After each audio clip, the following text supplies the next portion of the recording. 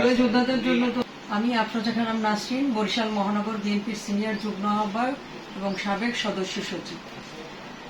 জুলাই আন্দোলনে আমাদের সক্রিয় ভূমিকা ছিল। আমি নিজেই 16 জুলাই থেকে আমাদের কার্যক্রম শুরু হয় আনুষ্ঠানিকভাবে, এবং 16 জুলাই আমরা এই নতুল্লাবাদ বাস স্ট্যান্ডে বসে আমাদের দুই গ্রুপের মধ্যে সংঘর্ষ হয়। সেই সংঘর্ষে আমার সাথী ছাত্ররা আহত হয়। আমি কিছু ছাত্রদের নিয়ে তখন হসপিটালে যাই, এবং 18 তারিখ আমি বলতে গেলে এখানে আমার বলা লাগে যে আমাদের উপর যে অকথ্যভাবে তারা মানে নির্বিচারে হামলা করলো, চাইনিজ কুড়াল এবং রামদা নিয়ে, সেই আমার সামনেই একটা ছেলে একদম মানে তাকে এমন ভাবে আহত করছে, তার পা এবং হাত মানে কেটে ফেলা এরকম অবস্থা করছে।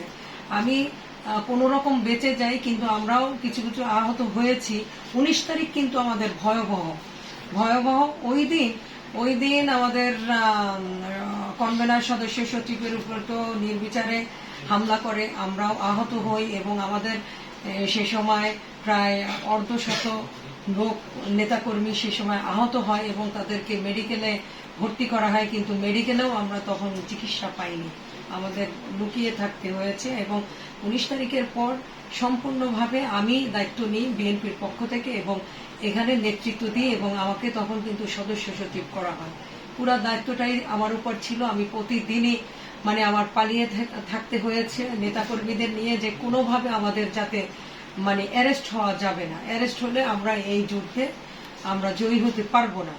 আমাদের দেশনায়ক তারেক রহমান তখন লন্ডন থেকে প্রতিদিনই প্রায় আমাদেরকে মানে নির্দেশনা দিয়েছে, আমার সাথে কথা হয়েছে তখন মোবাইলে, যে যেভাবে হোক আন্দোলনকে এগিয়ে নিয়ে যেতে হবে এবং আমাদেরকে অ্যারেস্ট হওয়া যাবে না। আমরা সেই মতেই কাজ করছি। তখন আমার নামে ওই সময় 2টো হত্যা মামলা দিয়েছে। তারপর আমার উপরে তখন কঠিন জারি করেছে যে আমাকে দেখা মাত্রই গুলি করা, এবং আমার মাথার উপরে গোল চিহ্ন দিয়ে, লাল চিহ্ন দিয়ে, এবং বিভিন্ন জায়গায় আমার বড় বড় ছবি টানাই দিয়েছে। তখন সে ছবিও আছে তখনকার। এইরকম ভাবে আমরা তখন আন্দোলনটাকে মানে যেভাবে হোক প্রতিদিনই নিজের জীবনের ঝুঁকি নিয়ে আমরা কিন্তু আন্দোলনটা মিছিল করছি। তারপর বাস স্ট্যান্ডে আমরা তখন রাস্তা অবরোধ করে ওখানে আমরা আন্দোলন করেছি। পুলিশের সাথে গোলাগুলি হয়েছে, নির্বিচারে তারা গুলি করেছে। সর্বোপরি আমরা 3 তারিখ থেকে 4 তারিখ, 3 তারিখে তো এই সমস্ত জায়গায় আগুন দেওয়া হলো এবং আমাদের উপরে গুলি করলো, আমাদের ছোট ছোট মানে বাচ্চাদের উপর গুলি করলো। এই যে এখানে তখন লিটু নামে যে কমিশনার ছিল, সে গুলি করলো একদম নিজে রাইফেল উঁচিয়ে, তখন একটা বাচ্চা মারা গেল। এইভাবে ওই দিনই আমরা আন্দোলনটা আরো তীব্রভাবে কিন্তু আমরা আমাদের ছেলেদের নিয়ে আমরা কিন্তু মাঠে নেমেছি তখন, এবং সমস্ত আমরা সেই নতুল্লাবাদ থেকে একদম পার্টি অফিস পর্যন্ত একদম পুরা আমরা কিন্তু আন্দোলনটাকে মানে ছড়িয়ে দিয়েছি সব জায়গায়, এবং এই জায়গা থেকে কিন্তু আগুন জ্বালানো হয়েছে, এবং মোটরসাইকেল থেকে যা আমরা আমাদের সামনে আসছে এবং গোলাগুলি আমরা কোনো কিছুই তখন তোয়াক্কা করি না, আমরা এগিয়ে গিয়েছি। এবং ইনশাআল্লাহ আমরা 5 তারিখে আমাদের বিজয় আমরা মাঠেই অর্জন করেছি। এর পর তত্ত্বাবধায়ক সরকার মানে অন্তর্বর্তীকালীন সরকার তারা এসেছিল, তারা কিছু কিছু করেছে, কিন্তু আমাদের সরকার তো এই মাত্র 3 মাস হল।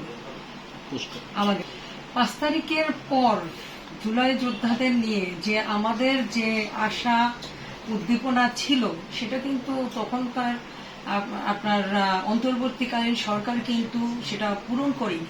তারা এক পক্ষকে, একটা রাজনৈতিক দলকে সমস্ত সুবিধা দিয়েছে, এবং সেটা মনে হয়েছে যে একজন মানে একটা দলেরই এটা অর্জন।